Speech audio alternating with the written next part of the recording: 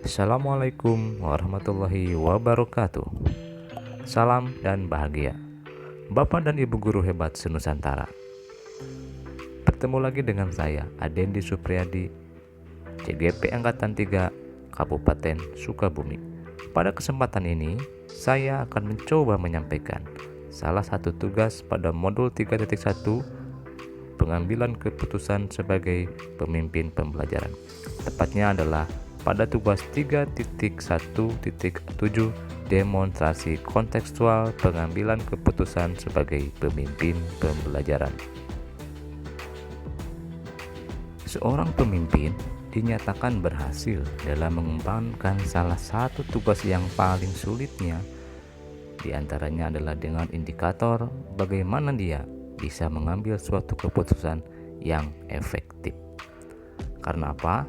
Baik secara langsung maupun tidak langsung, keputusan itu akan menentukan arah dan tujuan institusi ataupun lembaga yang dipimpin, dan tentunya akan berdampak pada mutu pendidikan yang akan didapatkan murid-murid yang ada di sekolah.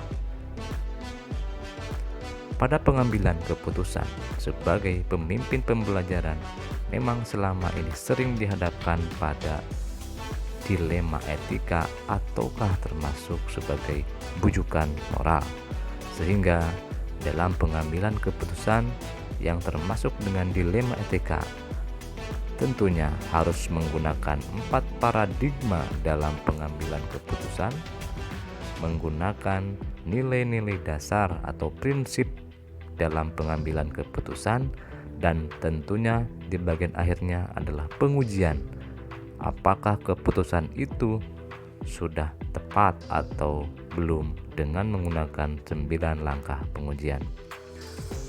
4 paradigma, 3 prinsip, dan 9 langkah pengujian itu dapat terlihat dalam tampilan video ini.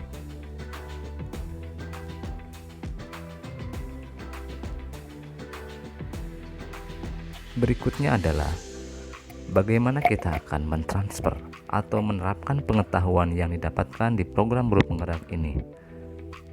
Tentunya adalah yang pertama akan dimulai dengan terus mempelajari dalam memahami materi pengambilan keputusan sebagai pemimpin pembelajaran dengan menerapkan 4 paradigma yang termasuk dilema etika, 3 prinsip, dan 9 langkah pengujian dalam pengambilan keputusan. Berikutnya adalah mencoba untuk menerapkan dalam kasus-kasus yang dihadapi ketika akan mengambil keputusan sesuai dengan materi yang dipahami sebelumnya. Langkah yang berikutnya adalah akan mencoba untuk melakukan sosialisasi, baik dimulai dengan rekan sejawat di tempat sekolah asal maupun di komunitas-komunitas yang lainnya dalam dunia pendidikan.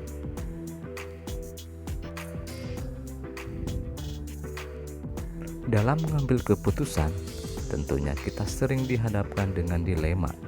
Terkadang kita suka bingung keputusan mana yang terbaik yang akan diambil untuk bisa mengakomodir semua pihak atau menghasilkan sebuah keputusan yang efektif. Sehingga menurut saya langkah awal tentunya harus menganalisis dulu apakah permasalahan yang akan dihadapi itu termasuk dilema etika ataukah bujukan moral. Kemudian tentunya akan dicoba dengan menerapkan 4 paradigma yang akan digunakan dalam pengambilan keputusan itu, termasuk menggunakan prinsip mana yang akan kita ambil. Dan yang terakhir adalah melakukan pengujian menggunakan 9 langkah pengujian dalam pengambilan keputusan. Meskipun 9 langkah pengujian itu bukan merupakan sebuah panduan yang baku dalam menguji pengambilan keputusan. Nah, minimal dalam 9 langkah itu memuat hal-hal yang akan kita uji, dimulai dengan yang pertama adalah mengenali bahwa ada nilai-nilai yang saling bertentangan dengan situasi ini. Kemudian menentukan siapa yang terlibat dalam situasi ini. Kemudian mengumpulkan fakta-fakta yang relevan, pengujian benar atau salah, pengujian paradigma benar lawan benar, melakukan prinsip resolusi, investigasi opsi trilema, kemudian buat keputusan dan lihat lagi keputusan dan kemudian direfleksikan. Berbicara mengenai mulai kapan akan menerapkan langkah-langkah tersebut, situasinya mungkin situasional, mungkin pada minggu ini, bulan depan, atau kapanpun akan menghadapi kasus pengambilan keputusan. Akan tetapi untuk diri sendiri mungkin akan dimulai sejak kini setelah saya memahami materi ini, meskipun misalkan saya mempraktekkan dalam kasus-kasus yang sederhana.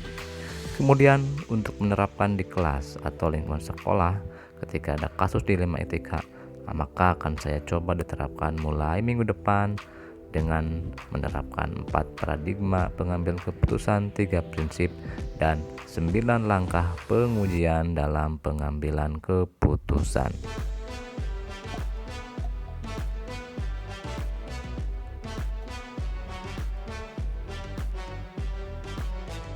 Pendamping atau tempat untuk berdiskusi dalam menentukan atau mengambil keputusan ini tentunya menurut saya harus melibatkan semua pihak.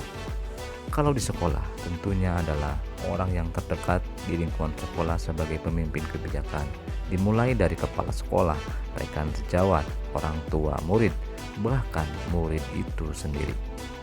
Sehingga itu akan dijadikan sebagai masukan terhadap saya atau pembanding apa yang sudah saya putuskan itu sudah mendekati keputusan yang efektif, dapat dipertanggungjawabkan dan sesuai dengan nilai-nilai keputusan pada materi ini, yaitu melibatkan paradigma, prinsip, dan juga sudah melalui tahapan pengujian melalui 9 langkah pengujian.